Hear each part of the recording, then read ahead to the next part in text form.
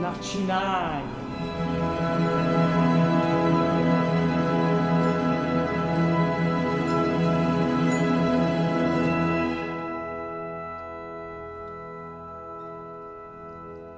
Es war klar für mich am Anfang, dass diese Stücke kann nicht in einer Form von Naturalismus sein. Man kann nicht 1:1 machen, was ist ein Libretto. Man muss das irgendwie interpretieren. Und ich glaube, diese Tradition von Volksgeschichte, von vielleicht die Gemeinde, das Dorf erzählt die Geschichte, das ist ein Kollektivtraum. Und sie spielen diese Geschichte. Der Teufel existiert in dem Dorf. Der Teufel kommt nicht von draußen. Er lebt in dem Dorf. Das ist ein Theater in ein Theater. Und dann man ist befreit, alles zu machen. Man ist nicht notwendig, in so einer Form echter Schnee zu glauben. Der Schnee kommt von Eimer. Es ist nicht notwendig, dass alle Menschen fliegen ständig. Das kommt von einer Leiter. Wir benutzen sehr einfache, fast wie eine Provinzzirkus, fast wie eine kleine Vaudeville.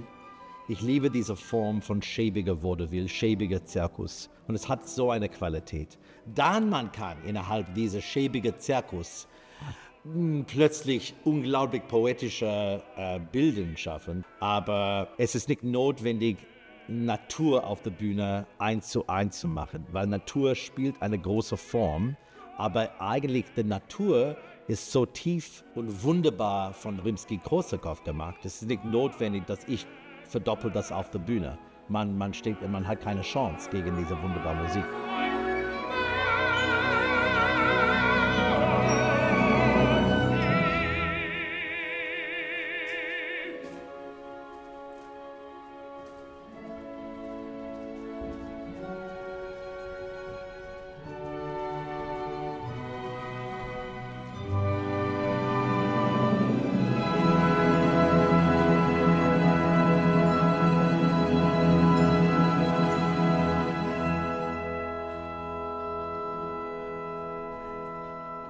Das Publikum wissen das. Alles ist Fake. Theater ist der große Fake aller Zeiten.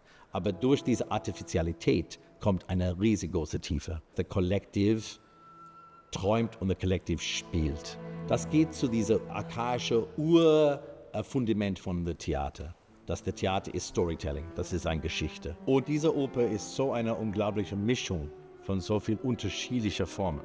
Es gibt Märchen, es gibt eine spirituell religiöse Geschichte, es gibt eine Geschichte über eine Gemeinde, ein Dorf. Letztendlich aber ist eine Liebesgeschichte. Das ist der Kern von dem Stück. Aber wie oft in diese besonderen Stücke von Rimsky-Korsakow, es ist alles mariniert in dieser wunderbar slawische Liebe, diese Liebe mit Melancholie, diese Liebe mit Schmerz, mit Sehnsucht.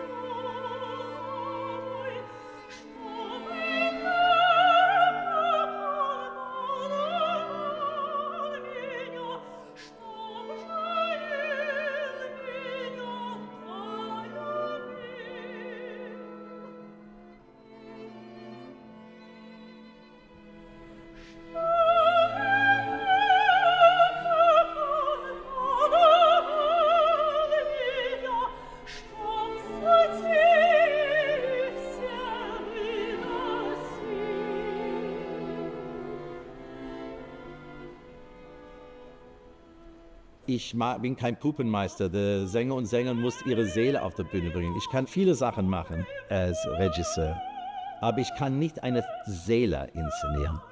Das bedeutet, man muss die Sänger und Sängerin wählen vorher, zu wissen, dass sie können dieses seelische Element bringen. Wenn der Sänger oder Sängerin hat keine Seele, das für mich ist relativ benutzlos. Und sie müssen eine Fantasie haben. Und ein Dirigent wie Wladimir ist eine fantastischer Partner, weil er denkt theatralisch. Natürlich, er kümmert über die Musik, aber alle seine Entscheidungen vor der Musik kommt von was ist auf der Szene gebraucht. Und Wladimir gehört zu dieser sehr, sehr kleinen Gruppe von Dirigenten, wo die Musik und das Theater sind nicht getrennt. Und die Musik dient dem Theater dient der Musik. Aber das ist, wie es soll sein. So manchmal, man hat das Gefühl, ich bin ein Regisseur, das manchmal dirigiert, und Wladimir ist ein Dirigent, das manchmal inszeniert. Es ist wie in einem Musical oder in einer Operette. Das eine darf man vom anderen nicht trennen. Die musikalischen Ideen müssen von dem Bühnengeschehen ausgelöst werden. Das heißt, die wichtigsten Impulse für die Inszenierung schöpfen wir natürlich aus der Partitur. Aber wenn wir das inszenieren, muss genau das umgekehrte Bild entstehen, dass die Aktion der Musik immer um einen halben Schritt voraus ist.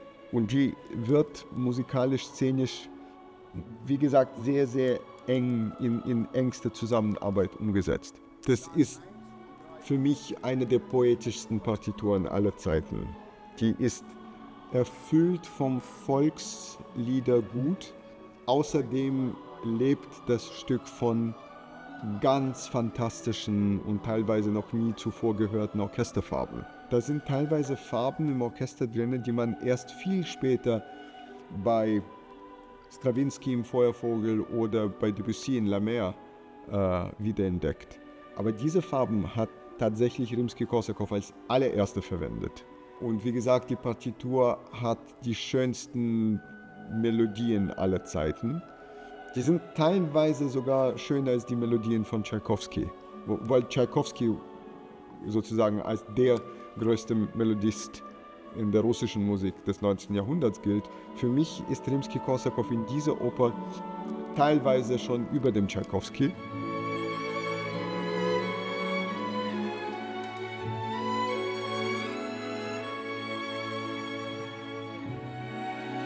Gogols Welt ist eine sehr phantasmagorische, eine sehr seltsame Welt, in der sich das Reale mit dem Imaginären vermischt. Und besonders schöne Stelle ist für mich dieser Punkt, wo die heidnische Weihnacht, also die Wintersonnenwende, auf die christliche Weihnacht trifft. Das ist am Ende vom 3. Akt. Da hört man gleichzeitig den Männerchor der Mönche hinter der Bühne, die eine christliche Weihnachtshymne singen, und die Sterne und die Naturgeister, die die Geburt von Koliada und Ovsen feiern. Das ist für mich eigentlich so ein mystischer Höhepunkt des ganzen Stücks.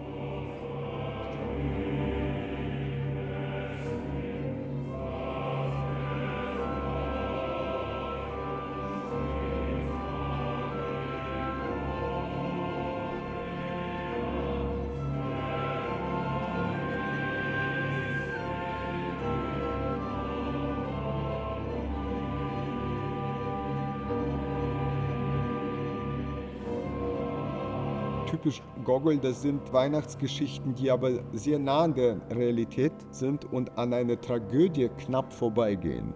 Es hätte auch ganz schlimm enden können, endet aber gut.